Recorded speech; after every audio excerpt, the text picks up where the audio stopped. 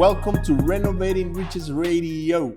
And today we have a great speaker on our podcast. Actually, he's going to be a speaker in our event later on. If you're listening or watching this, AC is actually going to be speaking in our event tonight. But we're doing a pre-event podcast. If you don't know who AC Ramos is, you need to go back in our previous podcast. I can't remember what episode it was. No, me neither. This is a sequel. Our first interview with AC at his office. We basically talk about the background, right? You know, where he comes from, what he's doing, and all that. And today we want to bring him over again and talk a little bit about, his business in particular, about what he does with wholesaling, how he's structured. So newbies out there, or if you're not a newbie, you're just, watching this video or listening to us on podcast, learn a little bit more about, how other people run their businesses. And so AC, thanks for coming back and be here with us. And of course, thanks for being a speaker at our event tonight. So we know you run your own wholesaling business. And Ricardo and I were talking about, what questions we're going to ask him. So yeah, I guess the basic one that everybody wants to know is how do you get deals? How do you find them? I mean, what are you doing marketing wise? So if you want to explain, to people, because they all know that we do direct marketing. We've talked about it a lot. But sometimes it's good to have another point of view, what some other people are doing out there. So no, definitely. So direct mail is one of our methods. We definitely do a lot of direct mail. Bandit signs is another method, and cold calling, which goes along with our direct mail campaigns, because we kind of run it hand in hand. Do you use VAs to do this, or you hire your own people? No, we actually have a team of acquisition guys in our office that run everything. So yeah, we have 8 acquisition guys and 1 head of acquisitions or acquisitions manager over all of them, and he's helping them close deals and stuff like that. And they're handling the leads from all the different types of marketing. Their job is to just work it and get deals. Okay, so I guess you're calling the same list that you're mailing to, correct? Yeah. So what we'll do is we'll pull the list, mail to it, scrub it on the DNC.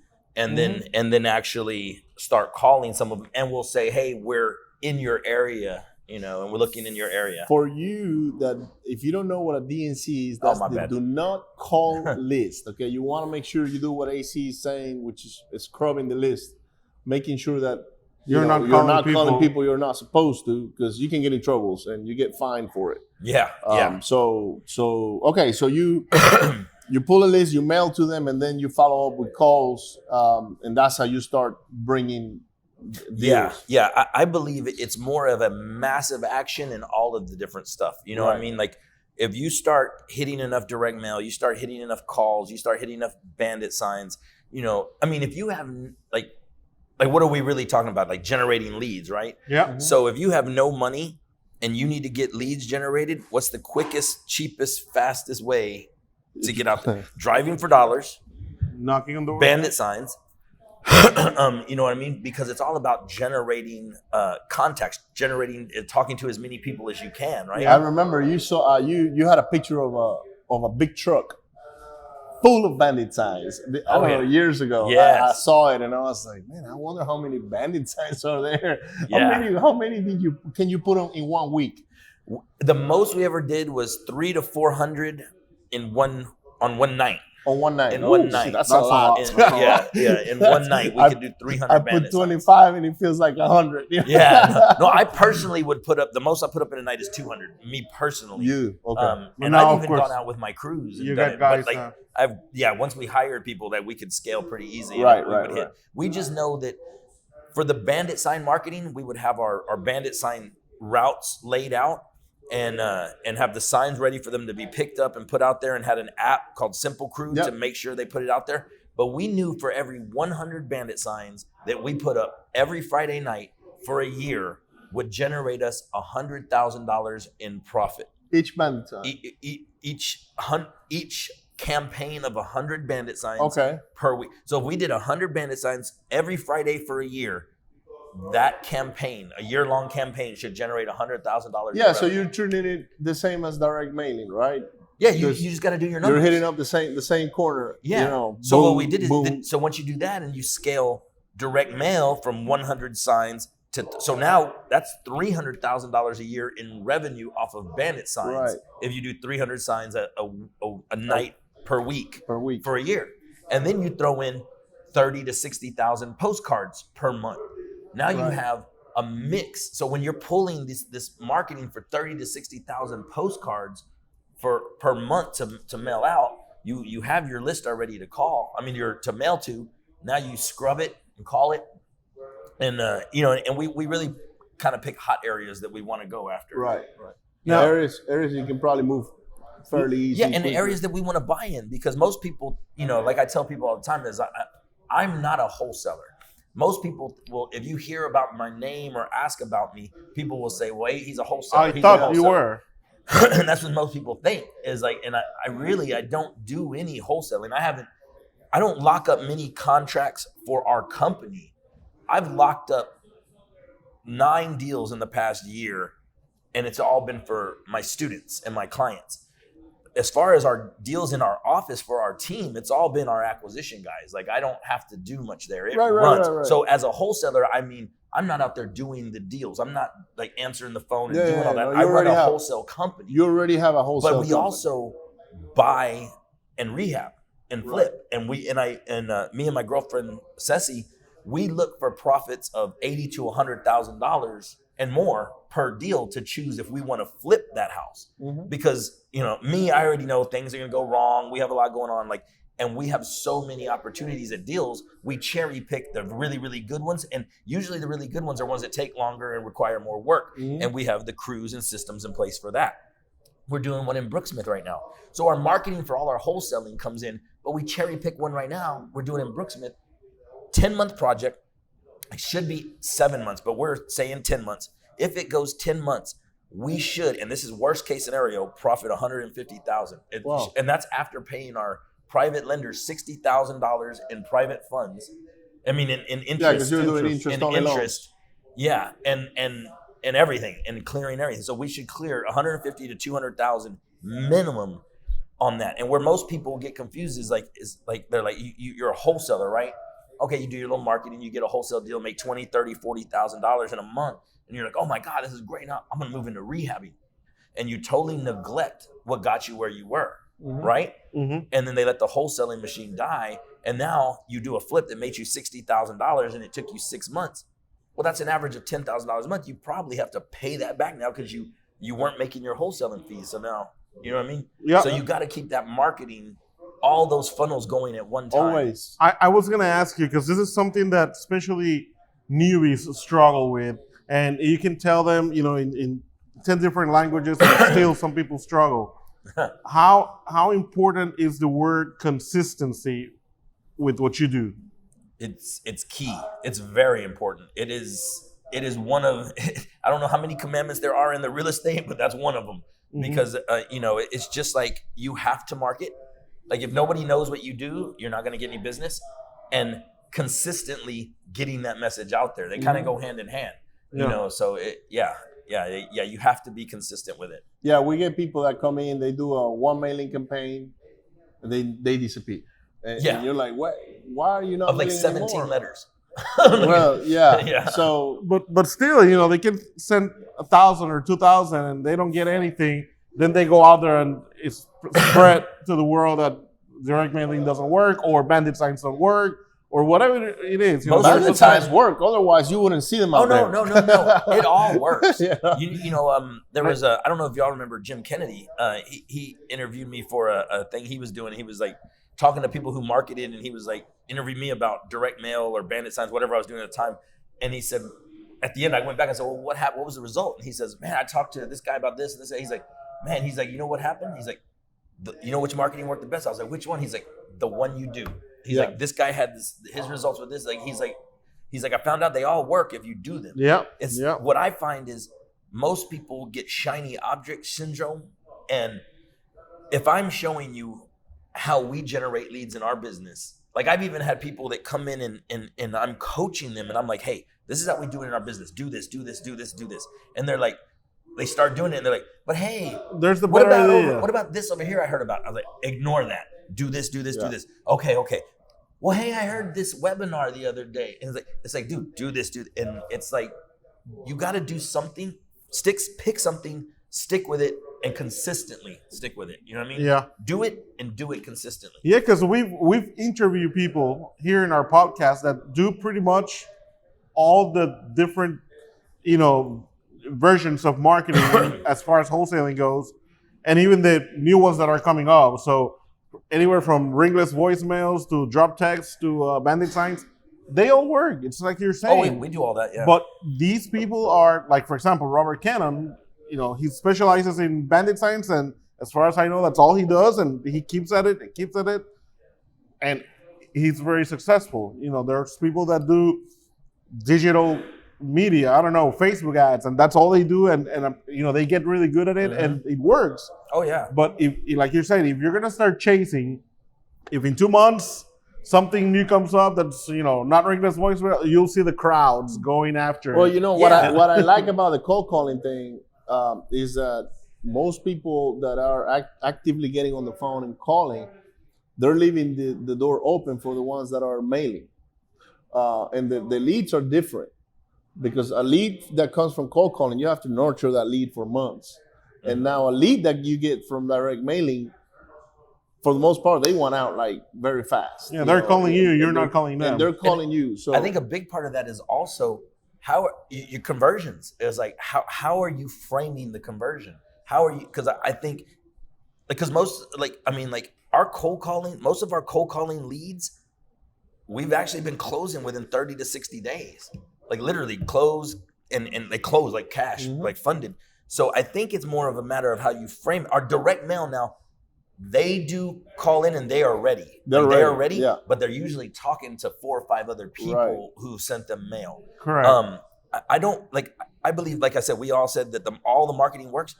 It's really more on the person, and the person doesn't take the time to refine their conversions and their people skills and their rapport building and their offer making. That's the biggest thing I've found, that is, you could talk to as many sellers. If you can't get around to being able to properly project your offer and get your offer across to them in a professional manner that sounds acceptable, you know what I mean? Like you know what I mean? Like, and you've all heard there's people that just they can't get the wording out correctly, or they don't sound professional and mess it all up. If you can get that across, I think those are the people that win the fastest. So by the way, I'm loving that you are touching on that point, because we have a seminar in June.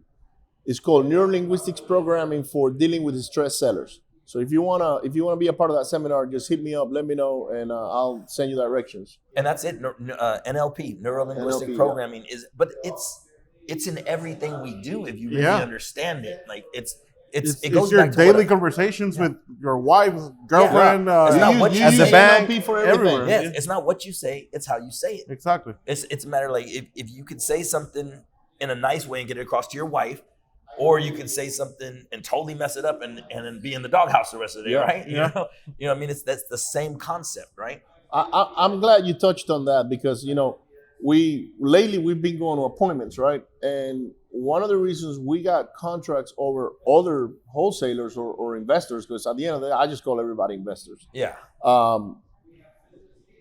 Is because we were real with our offer.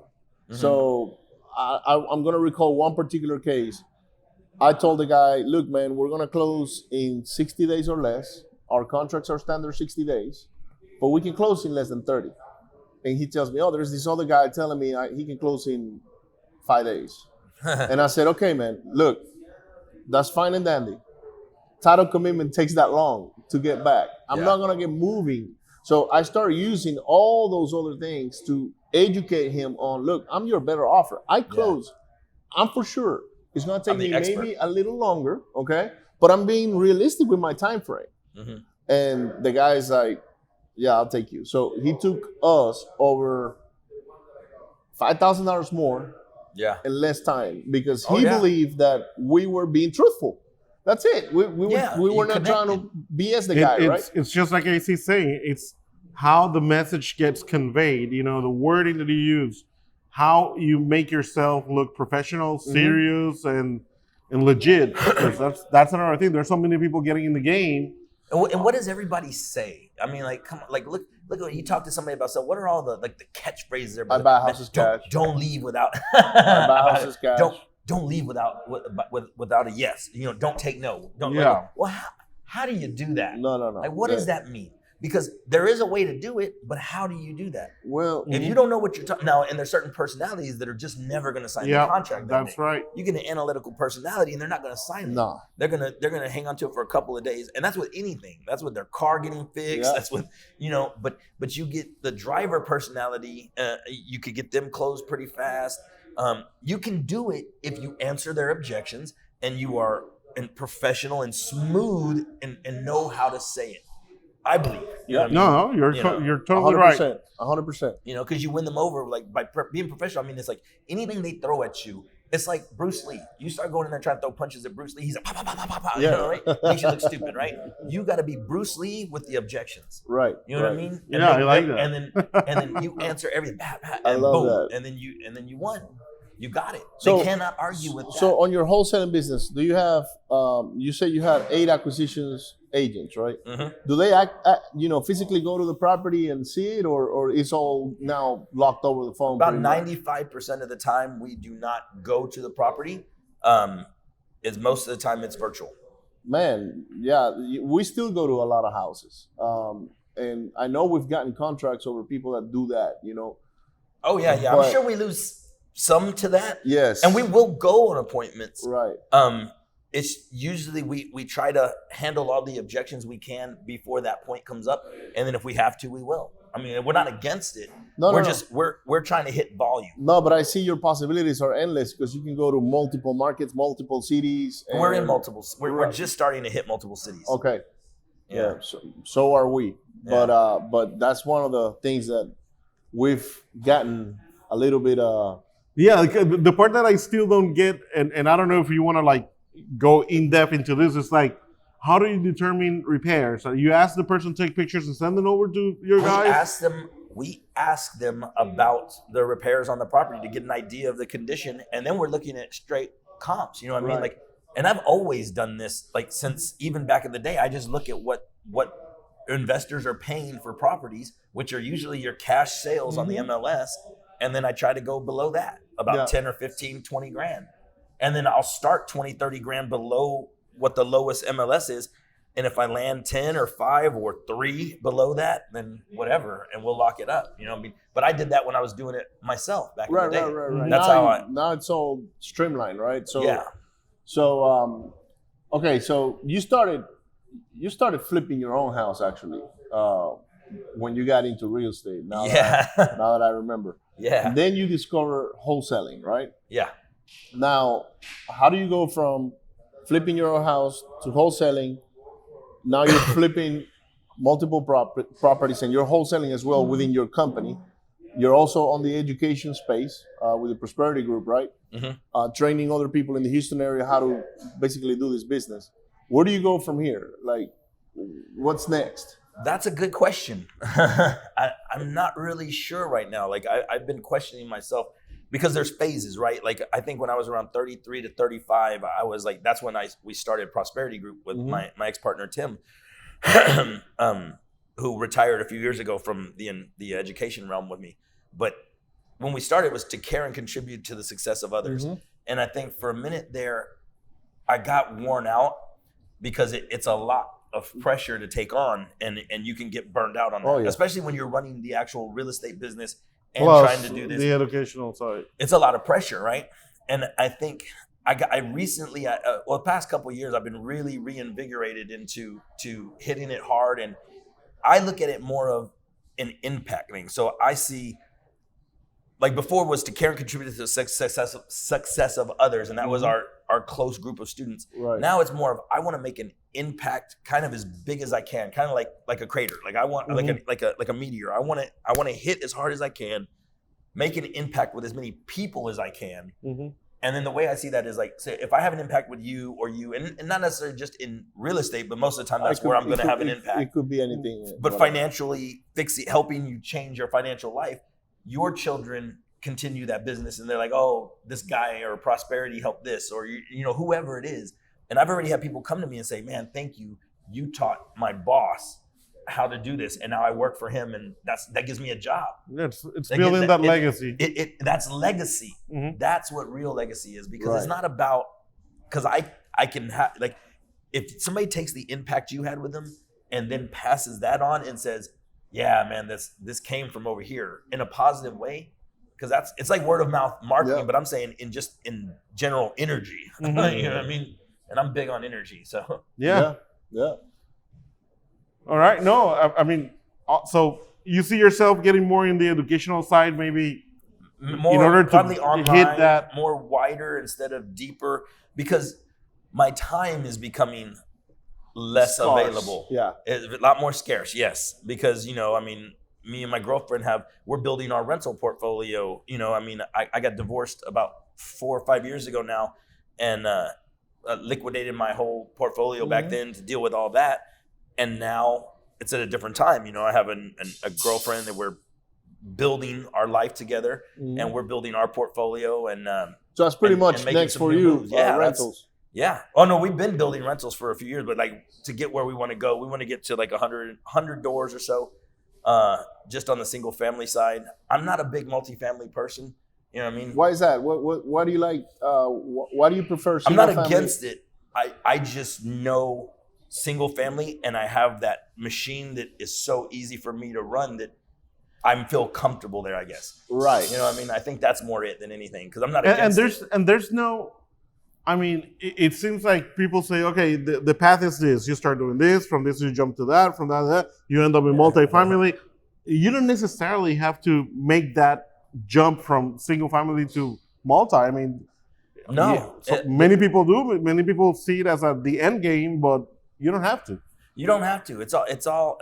The thing I like about real estate and the whole investment realm with all of this is because it doesn't have to be sticks and bricks doors, multifamily or single family. You could end up being the bank and just hold notes. You can. I mean, there's so many different avenues. Big. Oh yeah. You know what I mean? So you could be, just take all your rentals and owner finance them out and build notes that way. Sell off the notes.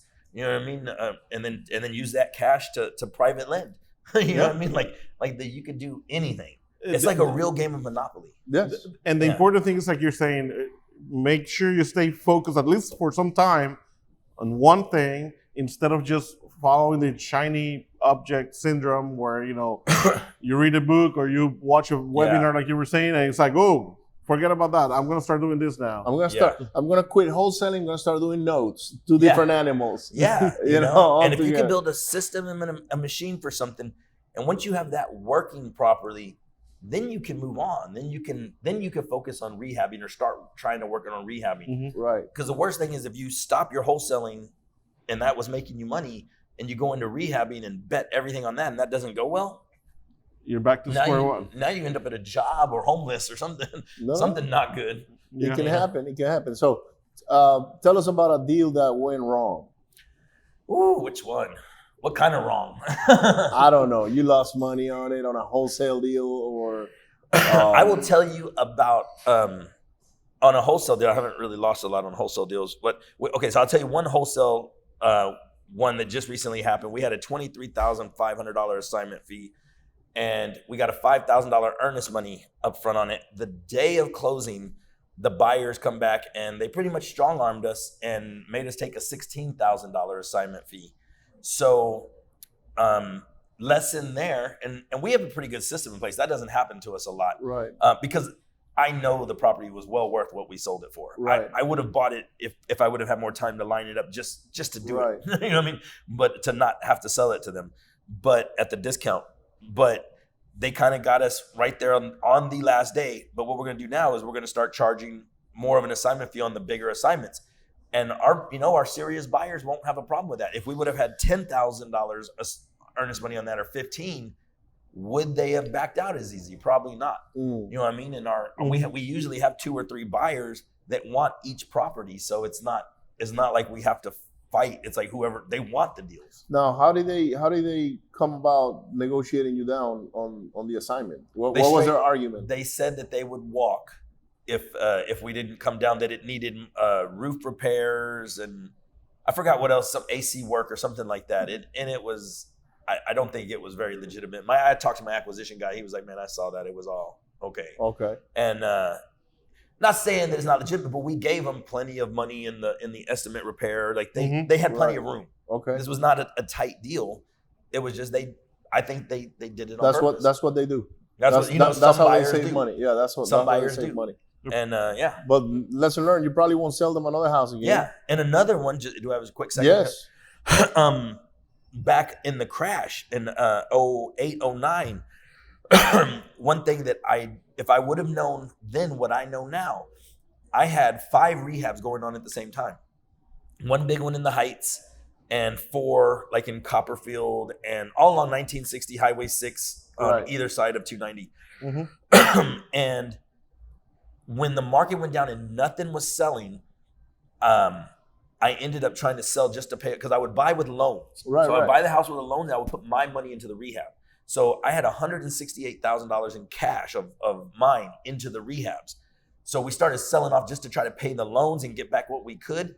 And we ended up getting back 68 grand of the 168. So we lost 100 grand in about 7 months selling everything off. If I would have known then what I know now, I would have refinanced with private money. Because the one house alone that I sold for $250, 2 years later sold for $525. Wow. I would have refinanced with a private lender, turned it into a rental. You had it for all a minute, in hard money, and I had it with the regular loans. Oh. I didn't even. This is back it was when conventional. It was somewhere conventional. Yeah, banks were still loaning money on Yeah, those they were things. still doing conventional back then. This is probably why they don't do it now. Like, you know what I mean, as much. But I would use the loan because some of them weren't in that bad a condition. And then I think I had a hard money on the big one was a hard money. But either way, like I had all these loans. I was just trying to satisfy them. You know what I mean? Mm-hmm. And if I would have known then, I could have refinanced with private lenders. You know, because I learned after that, they were like, private lenders, man, you would have came to me. You know, now I work with them on other deals and like, oh man, if I would have known you then, I would have came to you and we would have did this and that. I'm like, but that's part of growing and learning. It is. We right now we're finishing a bunch of houses, and I don't care if we make any money on it. I mean, to be honest with you, I do care, but we are just basically trying to get rid of a bunch of loans because we've had them for a long time. But that's a whole different subject. Anyways, guys, AC, thank you so much, man, for being in our podcast. We need to do this again, probably on a third round. And where's Phil? We need to bring Phil. We need to bring Phil next time. I know. We were in the car and we were like, man, we forgot Phil. By the way, look out for Alien Education. AC's podcast is coming out pretty soon, probably in the next couple of weeks.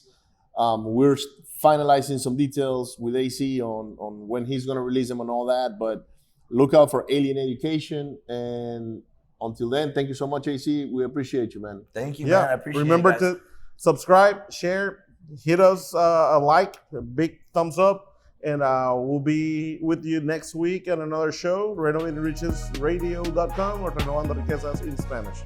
Thank you, everyone. All right, bye-bye.